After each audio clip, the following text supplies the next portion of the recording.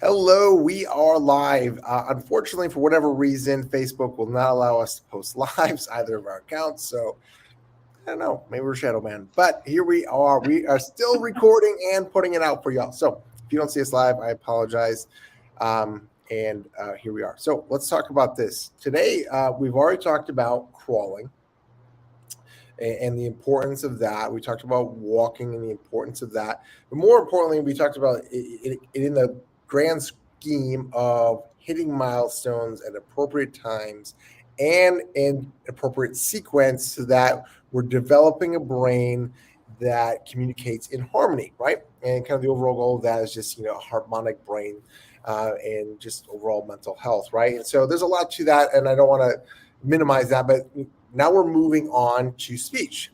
And we picked these three categories because the CDC loosened their guidelines on when these milestones should be hit, the crawling, the walking, and the speech. And both of us feel very passionately that there's an order, a sequence, and a timing to this, kind of like a recipe, if we want appropriate brain development. And if these things are delayed or we're seeing lapses or they're out of order, we want to start addressing this early on. And I think any parent would agree with that, right? The idea of we're out of sequence or we're out of timing, and we know that impacts academics, social, all this other stuff. We should want to be at least looking at it and identifying it as early as possible. And that's what doctors are saying. We want to get earlier intervention, right? Start monitoring this. And so we're a little baffled by the CDC's recommendations. So we want to get up and talk about that. So anyways, we talked about crawling, we talked about walking. Now we're going to go on to speech. So is speech important, and should it be in a timeline, in an appropriate timeline? All right, Heather, so what are your thoughts on speech? Should there be a timeline where we want to start formulating words, number of words, and all of that good stuff? What are your thoughts on that? Share that with us all. I believe that is pretty important. And I shared a couple of weeks ago on Facebook Live when we were doing the first overview show that the American Speech, Language, and Hearing Association, ASHA, and I gave a caveat so everybody knows I am a member of ASHA, so I want you to know that I'm coming from that vantage point. However, it is a nonprofit organization designed to look out for kids and the development of speech, language, swallowing, cognition, social, emotional skills, etc. And everything that ASHA does is evidence-based. It is not based on what one research study does. It is based upon a plethora of research that all starts giving a consensus about what we should be looking for when things happen and why. And to that point, ASHA was not consulted whatsoever on these changes. And they met with the CDC on February the 28th, and they met with the American Association of Pediatrics, AAP, on March the 8th, or those dates, something like that, to address their concerns. And, I got some pretty specific information from those meetings. It absolutely matters. And we talk about this on our shows all the time, but how a lag in one area impacts so many other areas, either in the immediacy or down the road. So we're talking about the sensory motor aspect of speech as well as language and communication. Yeah, I mean, speech has there's a lot to speech. So I kind of want to keep this. We could go broad and deep on this topic and what it all means. So, but when you think about it from a neurodevelopmental aspect, there's a lot that goes into speech. There's articulation, there's timing, there's interpretation, there's tone, inflection, all of these things. So we're learning a lot. And, it's always fun when your little one starts picking up on inflections and tones and all that stuff. But, when I see a kid whose speech is delayed, and I also notice that they don't pick up on my inflections and my tones, and they don't understand my communication. And so you can imagine if we're delayed in speech and then we're delayed and then we're going into preschool and first grade and all that stuff, and we're behind on our form of communication, the impact socially that could have on children as well. Yes. A lot of kids will think you're speaking to them in a monotone tone of voice, even if you're not. And then they interpret monotone as mad or rejection. They don't realize how their tone of voice is coming across disrespectfully to someone else. We learn a lot of turn taking with communication. And then that's a huge social skill. I share what's on my mind. You share what's on yours. We collaborate. We grow flexible thinking, other points of view. This is super tied to literacy. There is one of a very top executive function, like higher level critical thinking skill, has to do with verbal reasoning. I've shared before how, for example, this is just one basic example. Think about a child who doesn't understand the difference between big and tall. Big is overall dimension, tall is height only. If I don't understand those nuances, spatial concepts are going to be difficult. The relationships among things, categorization, these are all animals of what are the big picture is the category, the details are the members of that category, and then that translates into seeing how tying things together, connecting the dots, not just memorizing information, but seeing the big picture. What is the gist of this? I mean, there are just thousands of different connections here. About 78% of students in behavioral intervention programs in schools have language delays or disorders that don't meet the very high criterion required for school intervention. And one of the reasons that behavior is happening, we always say behavior is communication. It comes out in frustration and defiance and things of that nature. So, I mean, we could go on and on about this, but it absolutely matters. And the new milestones, just a few of the concerns from ASHA members, and I mean, we're talking about experts in this field who devote our lives to this, are that 80% of the changes they made in the speech and language expectations, 80% were based on zero or no more than one source. And we already talked about why multiple sources matter. 67.7% of the changes increase the age when they're saying that expectation should happen. The things they added at 15 and 30 months decrease the check-ins that we need to make sure things are going okay by about 25%. And so the whole idea of this being about catching things earlier, it's having the opposite impact is how it's looking thus far. 100%. That's what I am truly concerned about in the next, I don't know how this will all play out as far as pediatricians and all that stuff, but if they're not looking for this or they're not concerned about this, the next decade and two could be very impactful for kids as far as them not getting the resources they need quick enough to help them navigate, academics and social. And so I hate to think about this because I see a lot of kids struggling in our not so distant future when they don't have to, if we just stuck to the consensus and the science and the experts. But anyways, let's jump into this a little bit. There's a couple things I want to talk about here. So let's talk a little bit about sensory motor and speech. Okay, so let's dive into that a little bit. The importance of sensory motor and speech, your tongue, your lips, these are fine motor movements, right? So, these are things that we're developing. That's why our speech also partially starts to pick up after the age of 2. And we're starting to develop more fine motor skills. Tell me, like a lot of the kids I see, I'm sure this is the same, we're seeing the same demographic, but, a lot of them don't have good body awareness. And how is that playing a role in speech development? Yes, if you have kids who are space invaders or don't realize how rough they're touching someone or they're sensitive to touch, that impacts articulation, the way you pronounce the words, because certain sounds you have to tense your articulators, like your lips, your tongue, your teeth, the positions of things. I don't understand my body position. That also means the position of tongue up, back, down, relax versus tight. Like that requires a tight tongue, and it also requires a certain placement. Like a lisp, it's like a lax tongue. Those same kids may also have issues, holding a pencil or pressing too hard. And this gets missed a lot. It's called apraxia of speech. And it can also be dyspraxia, depending upon the level of the issue there. But sometimes people will be diagnosed with a language delay when, if we could get the sensory motor going, is that my sensory motor system's not cooperating with me. And it's so frustrating, so I give up on even trying. And then a very common tendency is that we start anticipating our kids' needs, and then they lose the motivation to talk, But yeah, if you see awkward, clumsy, anything that's off about gross motor, or you see this in fine motor, think about that in terms of the articulators. And there are so many things to look at. There are patterns to these that a professional can definitely delineate. Yeah, and so I just kind of want to bring that up because we were talking about crawling and walking, and so historically, if I see somebody who struggled with crawling or walking, I'm thinking they may have some speech delays. And sometimes it can be very subtle, sometimes it can be overt, but that is something that is on my radar, especially if I know that there's some sensory motor stuff going on, because body awareness is so important, and just all of this articulation. It's like, I was working with a girl yesterday. She was a new patient, and I was asking her to move her tongue around. Put it top of your mouth, stick it out. She couldn't do it.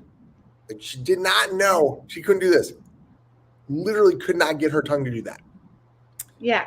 She's very quiet, right? And so, don't get me wrong, if you're a quiet individual, there's nothing wrong with that. I'm not saying you have any speech problems or anything like that, but I started running through and I was looking for primitive reflexes and gross motor, and she's very, very quiet. And we knew there was some stuff going on with her mouth, and she could just, it was like her tongue was not attached to her body, and it was a fascinating thing to see. Yeah. Yes. And there's a couple other things with that is, when we're saying rote utterances, how are you? How's your day? Like something that I'm fine. How are you? Those are called rote, ROTE utterances. Those are things that just roll off the tongue. We don't really have to have planning because there's muscle memory for those, just like you get muscle memory for your golf swing or something of that nature. But then if you're trying to say a novel utterance, like something that really requires a unique combination of words to get your thought across, I had a geometry test today. Is there a difference in how your kids produce speech when it is one of those rote utterances versus a novel utterance? Because that means there's still a sensory motor planning component. It's not like they're just being lazy with their mouth right now and not this other time. And so likewise, we can see kids who sometimes can learn to write. We find a lot of fine motor deficits. The writing looks okay. It might be slow, laborious. They get tired doing it. But then if we have them do another fine motor activity, it falls apart because they don't have muscle memory for this novel thing they're doing. And so things like that are important to keep in mind. And another thing to know is not all articulation, things that look like articulation are motor planning. There's this stage of development. It's called phonological processing, in which kids, and it's a typical stage of development initially, where they have, like, my articulators aren't sophisticated enough yet to get all those sounds in the right order and just crisp as can be. So there are things like, there's things where they might, a consonant blend where you have 2 or 3 consonants together, like stop. They might say sop or top. They're leaving off one. That's not necessarily motor planning. That is, I don't have the development there yet to do so. Or they might leave off the final consonant. And so if they do both of those, stop could become ta or saw. If there are patterns to that, they are creating their own sort of rules. And that is actually a language delay, not a speech delay. But that, a really good rule of thumb is that by the age of 3, 70% of what a child says, when you don't know the context for it and it's an unfamiliar listener, not mom and dad who know their kids inside and out, it's intelligible to that person. That is a rule of thumb. And if it's not, things are getting behind. And a lot of those phonological processes, some of those need to be going away. And if they're not, that is a big note to self, that we're not only looking at speech, language, social emotional skills. There can be other motor planning things that are very linked in the research to attentional issues, literacy, and on and on. Yes, a lot there. Whew. Yeah, so just to kind of highlight that, lots of kiddos can parrot. They can mimic, I'm fine, I'm good. But when it comes to novelty or articulating very specific things, they will struggle. It's sometimes you need to tease that apart. But parroting is a really common one. And teachers or parents or pediatricians just aren't catching quite in time that it's just parroting, and it's not the ability to create novelty. But one of the things that you brought up that I want to or you didn't bring up, but one of the things that as you're talking I wanted to bring up was auditory processing and how that may play a role in this all. And is that something that you're looking for? I mean, yes, we are. But, is that, what are you looking for there? And does that play a role? Because, I'll be honest with you all, like, my auditory processing is horrific. Okay. Put me in a classroom for an hour. I have no idea what that teacher said. I am gone. Give me a textbook. I'm good. Put me in a classroom. I have no, like, I literally can't. Like, I had friends, they go to class, they memorize it all. I mean, not memorize it, but they learn it all. They're good to go. Like, they just do some review.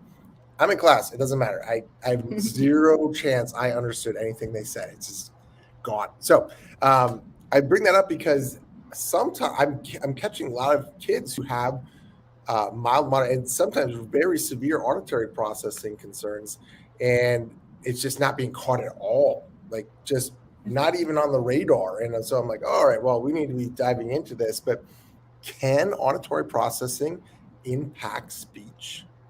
Absolutely. And I mean, that is why it is the American Speech Language and Hearing Association. The hearing is really auditory processing. Well, we also deal with actual hearing loss, which is separate. But yes, here's something really fascinating is that at birth, babies have the ability, if there's not a deficit there, to hear every single sound of every single language if things are going well, which is why, for example, someone who is raised in a bilingual home may always have better, like the way that you pronounce the words versus someone who takes Spanish class later. It never, trilling that R and just all of the subtleties of how you pronounce the vowels and the syllable stresses and things like that is different.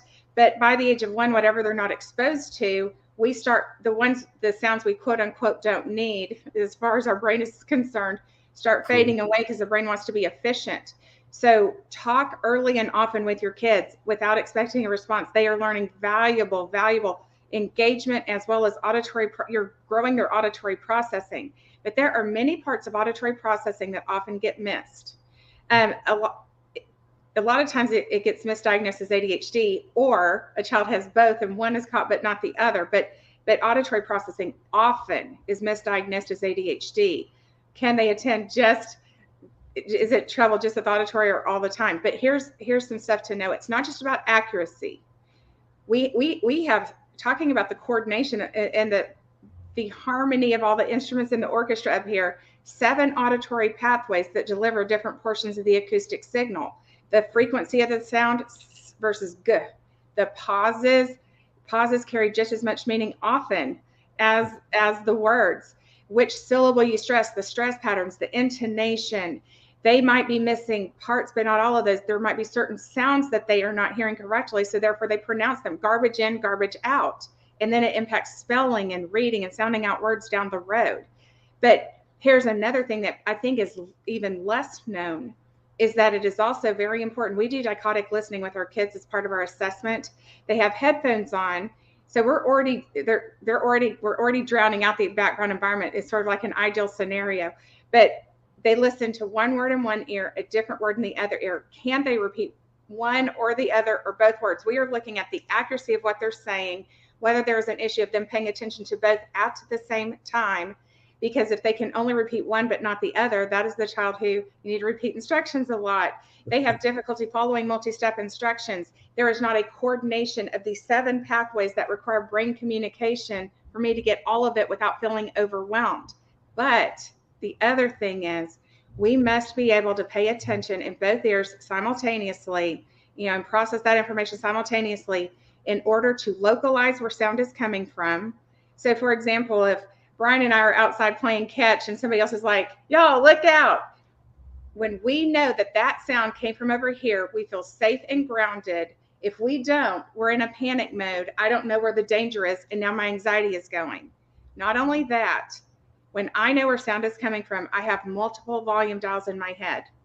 I can say, Brian is talking to me from the kitchen. Mentally, let me turn down the sound of the TV and just turn up Brian's voice. Let me ignore all that extraneous classroom stuff and just hone in on the teacher. When I cannot process both simultaneously because of the lack of brain connectivity or sensory processing struggles, I can't do that. I try to listen to Brian. All the sound goes up as a unit. And one thing that happens is now I'm distractible. Does somebody sneeze? Where's a knock? Something's going on. And now I'm losing a learning opportunity. And once I get up to here, I have a threshold on that. I can't take it anymore. You might see lashing out or shutting down. So if you have Kids who are loud talkers, they are hearing all the noise and not able to filter out the other. That's another sign. Now that I'm overwhelmed and I can't take it anymore, I'm going to turn the volume down to 0. Unfortunately, that means Brian's voice also goes to 0. And now you have a kid who looks like he's ignoring you, doesn't listen, even when spoken directly to. And so then you miss valuable information and all of the exposure to the speech sounds and the way you connect sentences for different meanings. I mean, it's called syntax. Sometimes kids will have a rhythm problem and they don't hear some of the syllables, and then they lose the value of what's called morphology. Morphology is the parts of words. If you think about the word run, that's the root word. We have rerun, rerunning. And when we know what all those parts are, it multiplies their vocabulary. The average 5th grader is exposed to 10,000 new words, and yet they learn only 8 to 10 new words a week. Morphology is how we keep their vocabulary keeping up where it's supposed to be. Do your kids speak in generalities? That thing over there, this stuff, I don't know. It's like very general, and you fill in the blanks in your brain because you know the context and you just figure it out. If you did not know what they're talking about, do they have the specificity of language to truly get their point across? If they don't, that's going to harm them socially and academically. And that gets missed all the time. The same thing applies to, it's just granularity of what we understand as well as what we express to others, whether it's emotions or academic concepts. Whew, a lot there. And just for fun, so I'll kind of tell you what my brain does when she's going through that. She'll say a word and my brain goes off and just follows an idea, and I am lost for 3 minutes, and I'm stuck in an idea because I'm trying to process the thought and go through the idea. So there's moments in there where I was just running with an idea, completely engaged in what she was, not engaged with what she was saying, but engaged with the previous thought, and then I have to try to catch up. So I say that all just to say, like the churn is real, and it can be very difficult. And so it has nothing to do with intelligence or inability to inherently comprehend information. It's how quickly can you process that information. And so it's just funny because this is, you're like, okay, I could see that impacting academics. Well, actually, it impacts relationships as well. Because when my wife speaks to me, it either does not get into my brain. You think it's just it is kind of, sort of a man thing, but it also it takes me time to process her the instructions. I need you to do this, and this, and my brain is stuck on problem 1, and trying to figure out how I would do that rather than collecting the information, succincting it, and just being okay, I'm good to go. And so, look, I by no means am I a severe case by any means, but I just wanted to kind of give you an idea of this does have real impact in the classroom, in relationships. And this is something that I personally think is just not identified enough, and I am seeing it more and more since I started looking for it. So, it's just something that I think you all should be cognizant of and bring it up to your healthcare professional, because this can be a hidden churn, right? Where kiddos are struggling, and it's often missed, and it's often, ADHD, right, is one common diagnosis I hear. Lazy, they don't care is one thing. That is one thing. So again, going back to my relationship with my wife, she's like, you don't care. It's not that I don't care. It just takes me a few minutes to process something. And so, she's already ahead and I'm behind trying to work through that. And so I just say that all because this can be a little bit sneaky at times. And actually, a girl come in I'd seen for a while, and they wanted to give her an ADHD diagnosis. And I'm like, I am confident that this girl has auditory processing. And they tested her, and sure enough, she had it. So it can be sneaky, it can be hidden, and it can be very easily misdiagnosed. And so hopefully you all can just start. Heather gave you a lot of information, which I only caught a small portion of it, but I know it was all good information. And I'll probably go back and watch it just to make sure I understood it all. But look, this is something that I think is very important and ultimately can play a massive impact on speech delay. I want to say one other thing, since you asked about auditory processing, or two things. One is anything, because you brought up a very good point. It is not just about the accuracy. It is not just about taking in all the information with the frequency, intonation, pauses, timing, and all of that. It's also the speed of it. So imagine I'm trying to take notes in class, and I have to have working memory too, a mental sketch pad where I can remember what the teacher just said while I'm writing what she said a minute ago. A lot of times kids will appear to have ADHD because they're slow processing, and then they might kind of be like looking in the air thinking about it. Looks like they're daydreaming, and it's a delay in that processing. There's also a thing called slow cognitive tempo, although experts are considering changing the name of it because they think that sounds too negative, but right now that's what it's called. That gets misdiagnosed as ADHD, and that can be specific to auditory or other areas. But the other thing I want to say that's very important, because we always talk about how these things work together. Another reason auditory processing struggles get missed is because in typical life, as Brian is talking to me, I am reading his lips subconsciously while he's talking. It's a little different on Facebook Live because I'm trying to look into the camera, but I still look at you. But in real life, that's what I'm doing. And we don't realize we're doing it. It's called the McGurk effect. Our ears hear one thing, our eyes, our visual perception is reading other stuff. And of course, not to mention all the nonverbals, body language stuff required with body awareness. But some kids, it's disguised how bad it is because they have a context for what the person is saying. And I'm also reading your lips at the same time I'm processing auditorily. And the combination of that gets me there. It is important to note, to test, when we test auditory processing, we take all visual cues out of the equation so that we see truly what part of that is the auditory doing. And we're testing visual. What part is visual doing?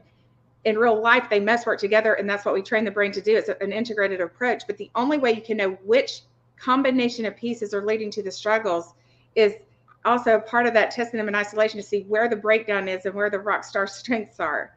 So it's called the McGurk effect. And you can kind of realize that you're doing it if you think about a movie and you heard something, you're like, that sounded really muffled. And you might rewind it and you lean in and squint and you are studying the actor's face a little more closely to listen. To get that shows that we're doing that all the time. That's another reason the mask thing was difficult. But I wanted to mention that because there are so many different things that can cover it that aren't evident unless you just live in this world, all the time, that are not intuitive. So I always use subtitles. Okay. For the time. And then two, I want to touch on two things that you mentioned right in the beginning, which is working memory, which I'll tie into like note taking. Like my note taking is atrocious, okay? Because it's literally like a few words and I'm just trying to get them on the page so that I can kind of try to work my way back to that problem. And oftentimes I will be staring like off to the side or up, down, wherever, somewhere else, trying to collect the thoughts so I can write it out. Also, I'll doodle too. I'll just doodle because I'm trying to like churn in and like listen, right? Like really focus in. And so you'll find me like doodling or doing something because it can be quite tedious for me at times. And I also just one last thing I want to bring up is, and then what we can tie in anything Heather wants to tie in, but I am not an introvert by any means. I don't think so, at least. But when I have to listen to a lot of conversation, I mentally burn out very quickly.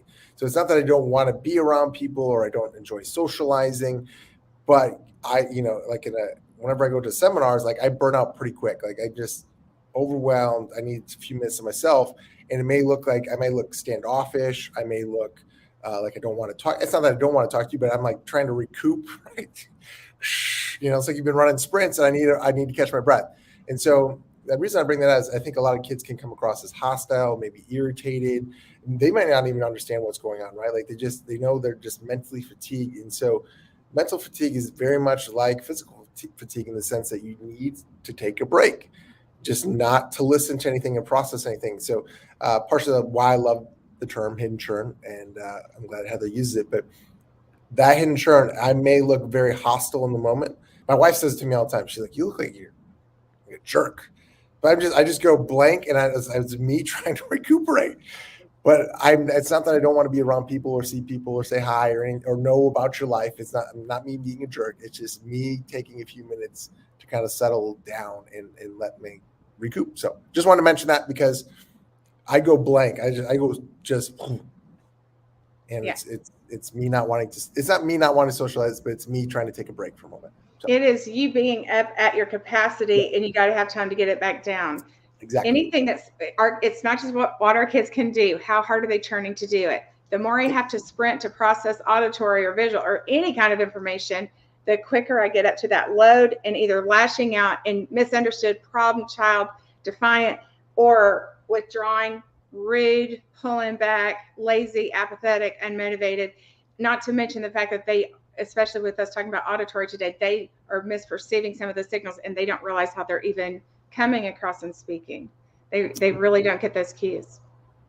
And last but not least, I just will say there are topics that if I'm very passionate about or very that I just love, it is a little bit easier. And that may sound like I'm, like, oh, well, you just don't like this, you're not trying to listen. No, it's just my brain is just so in tune with what is happening. Like, I'm just, yes, let's go. Like, I'm excited. I still get burned out, but it's just a little bit easier to go with the flow. So just want to point that out as well. So, all right.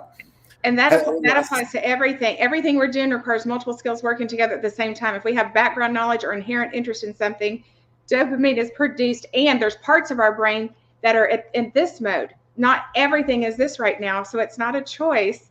When kids can stick with it or have quote unquote better attitude, sometimes not others, when it appears that it's the same skill being called upon. There are so many nuances that mean that different combinations of things are being called upon at that time. I want to mention one other thing, since we were talking about milestones before we wrap up here. Yeah. Another concern with these is that those new ones just have by this age this, by this age this. And if you want answers that are extremely evidence-based about when things should happen, you can put in ASHA, A-S-H-A, in Google search and put in something like, when should I tell, hearing and talking. They have guidelines that are backed by decades of research, and they are routinely updating those based on the newest evidence. There is a range because there are individual differences. That component's kind of taken away in what was done here. And the other thing is they are reproducing those guidelines in multiple languages, the same information in multiple languages. That is problematic because, and Asha shared with them, you've got to take into account neurodiversity, culture, monolingual versus multilingual home, all, et cetera. There are many factors that go into what that should look like. And to translate the exact same milestones into multiple languages that have the exact same information, we are not individualizing and considering the whole child. But the good news is they are talking about openness to collaborating with ASHA and maybe making some adjustments.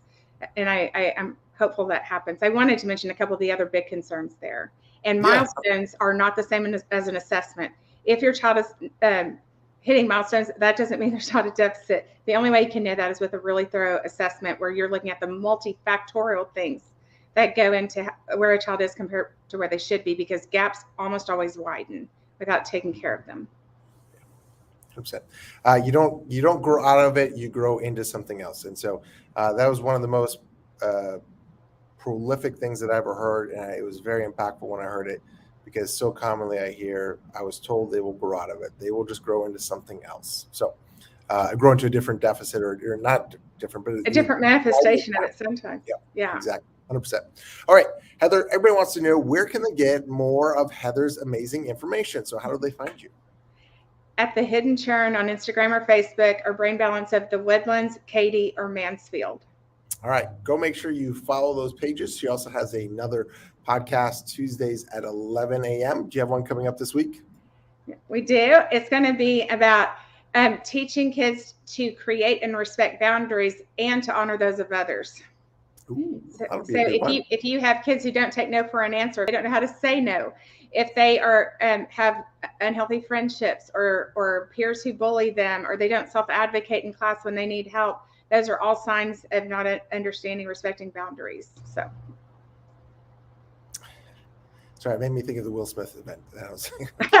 Maybe it's an application. No, I'm just kidding. But anyways, go make sure you follow those pages. It's a great podcast. I do turn in from time to time when I have opportunity. And all the previous podcasts, from my understanding, are still on the page, right? So you can go back and look at all of those. There's lots of great information there. I see the posts all the time. So make sure you go follow those pages and listen. Always good information.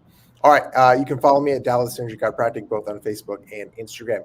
We will be back next week with another topic. I don't know what it's going to be. We have some lined up, but we will jump on that. Hopefully, Facebook will allow us to go live and we won't have any trouble. I'll try to figure that out, but they wouldn't let us post, so I apologize for that. So next week, right around the same time, make sure you tune in. And if you have any questions around, speech or crawling or walking, make sure that you message us directly or comment on the post. We're happy to answer those questions for you.